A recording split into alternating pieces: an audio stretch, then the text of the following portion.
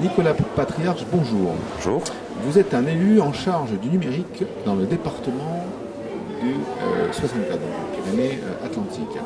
Donc, quelle est la politique du département en matière de numérique? On la connaît depuis des années, mais en gros, les grands axes de ce développement. Alors, il y a deux grands piliers qu'on peut définir. C'est d'abord, les infrastructures qui permettent derrière l'utilisation et les usages numériques. Donc le département s'est lancé après une première phase dès 2003 et étant précurseur sur un déploiement de fibres qui a permis d'améliorer la DSL, puisque sans rentrer dans la technique, on a permis grâce au numérique, en reliant des équipements techniques, d'améliorer le débit sur l'ensemble du territoire du département. On entre dans une deuxième phase avec l'ambition, comme beaucoup de territoires de toute façon, d'arriver au tout fibre avec une échéance à 10, 15, 20 ans à définir. On est en pleine structuration, mais la volonté du département, c'est de venir en fibre jusqu'à l'abonné. Là, vous répondez à l'appel national de politique programme très haut débit, c'est ça? Tout à fait, on est complètement dans cette démarche, FSN pour les spécialistes et compagnie. Alors, au-delà des infrastructures, bien entendu, il y a une politique de développement des usages dans les différents secteurs, j'imagine. Comment ça se concrétise sur ce département? Alors, ce que vous dites, c'est très important parce qu'à côté des tuyaux, il faut effectivement travailler et les collectivités ont parfois un peu de retard là-dessus. Et donc, ce département essaye d'être innovant.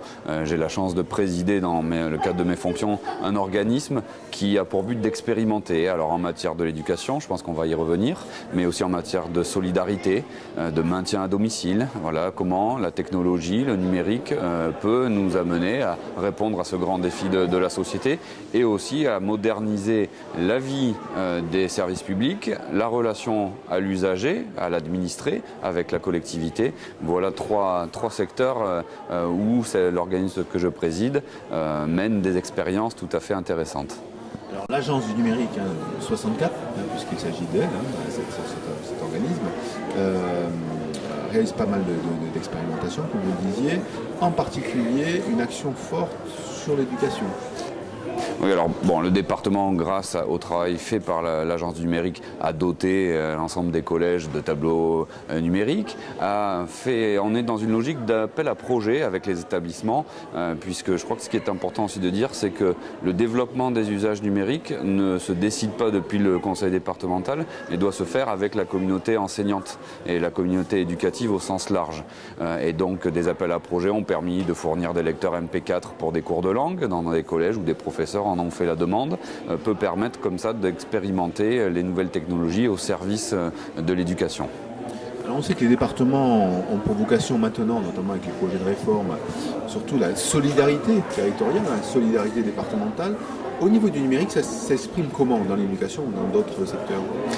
Quand on s'inscrit dans le plan France très haut débit, c'est évidemment ce concept que j'aime moyennement, mais qu'on dénomme la fracture numérique, c'est en tout cas permettre à chacun ou quasiment à chacun d'avoir accès.